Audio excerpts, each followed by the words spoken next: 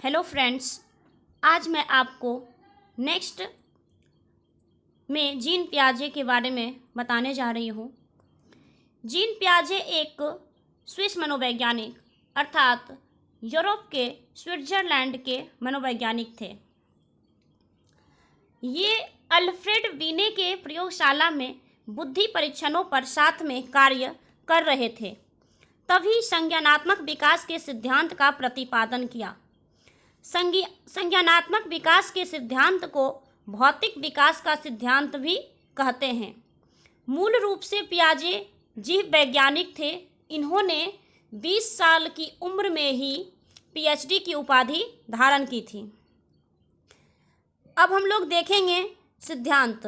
पहला है संज्ञानात्मक सिद्धांत और दूसरा है नैतिक सिद्धांत।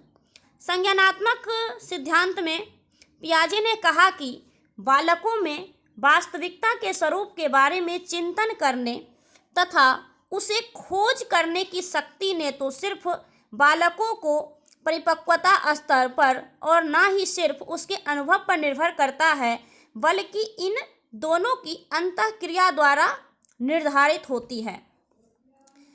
अब हम लोग देखेंगे पियाजे के प्रमुख संप्रत्यय। इनके 5 संप्रत्यय हैं।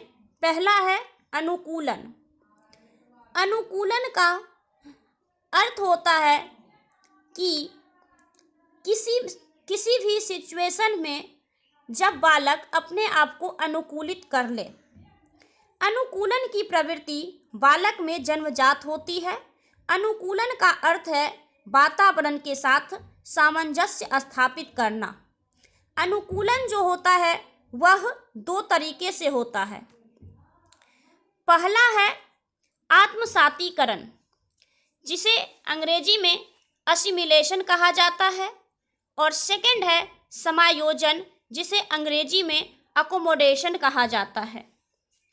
आत्मसातीकरण में बच्चा जब पूर्व ज्ञान में बिना कुछ विरोध किए बस ऐसे ही नए ज्ञान को जोड़ लेता है तो वह आत्मसातीकरण है। लेकिन समायोजन में बालक पूर्व ज्ञान में जब वह नए ज्ञान को शामिल करने लगता है तो उसे विरोधाभास की स्थिति उत्पन्न होती है, तो वह समायोजन कहलाता है। जैसे कि बालक जो है वह कौवा और कोयल को एक ही समझता है, लेकिन जब वह कौवा और कोयल के आवाज को सुनता है तो उसमें विरोधाभास की स्थिति उत्पन्न होती है कि ये दोनों की आवाजें तो अलग है। तो ये हमारा समायोजन हो गया। नेक्स्ट है साम्य धारण। जब बालक ना तो आत्मसातकरण द्वारा यानी कि ना ही असिमिलेशन द्वारा या समायोजन अर्थात अकोमोडेशन द्वारा सामंजस्य या अनुकूलन स्थापित कर पाता है, तब वह आत्मसातीकरण और समायोजन के बीच संतुलन स्थापित करता है। इसी प्रक्रिया को साम्य धारण यानी कि इक्विलिब्रेशन कहते हैं। अर्थात बालक जब असिमिलेशन और अकोमोडेशन के बीच अपने आप में सामंजस्य बैठा ले तो वही होता है साम्य धारण। नेक्स्ट आते हैं हम लोग कंजर्वेशन यानी कि संरक्षण। यह जो एक ऐसी प्रक्रिया है जिसके द्वारा बालक में एक तरफ वातावरण के परिवर्तन तथा स्थिरता में अंतर करने की क्षमता और दूसरी तरफ वस्तु के रूप रंग में परिवर्तन तथा उसके तत्वों में परिवर्तन के बीच अंतर करने की क्षमता विकसित हो जाती है। कंजर्वेशन का गुण जो है बालक में सिर्फ और सिर्फ मूर्त अवस्था में हो सकती है, अमूर्त अवस्था में नहीं हो सकती है। मूर्त मतलब होता है जो चीज हमें दिख रहा है, और अमूर्त का अर्थ होता है जो चीज हमें नहीं दिख रहा है। संरक्षण की अवस्था में बालक में आयतन और भार के बीच में भी संरक्षण आ जाता है, और बालक में पलटावी का गुण भी आ जाता है। वह बच्चा जो है संरक्षण के क्रम में उल्टी गिनती भी करना सीखने लगता है। नेक्स्ट आता है संज्ञानात्मक संरचना, कॉग्निटिव स्ट्रक्चर। जीन पियाजे ने मानसिक योग्यताओं के सेट को संज्ञानात्मक संरचना की संज्ञा दी है।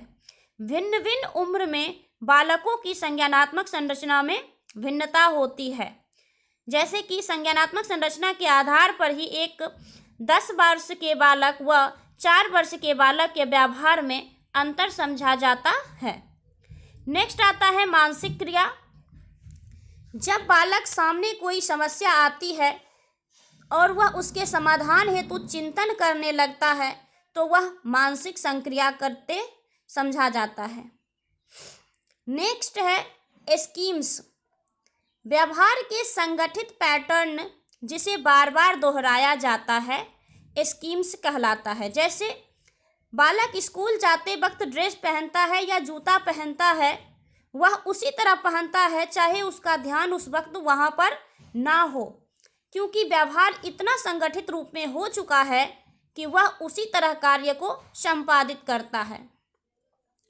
नेक्स्ट है स्कीमा। ऐसी मानसिक संरचना जिनका सामान्यीकरण संभव हो। स्कीमा वह है जो वातावरण में मौजूद ज्ञान को अपने माइंड के अंदर सेट कर ले, चाहे वो जिस रूप में भी उसका निरूपण करे अपने माइंड के अंदर, वही स्कीमा कहलाता है। नेक्स्ट है विकेंद्रण यानी कि डिसेंटरिंग। यह यथार्थ चिंतन से संबंधित है। बालक किसी समस्या के समाधान के संबंध में किस सीमा तक वास्तविक रूप में सोच विचार करता है। इस संप्रत्यय का विपरीत आत्मकेंद्रन यानी कि ईगोसेंट्रिक है। प्रारंभ में बालक आत्मकेंद्रन ढंग से सोचता है और बाद में उम्र बढ़ने पर विकेंद्री ढंग से सोचने लगता है। नेक्स्ट है पारस्परिक क्रिया।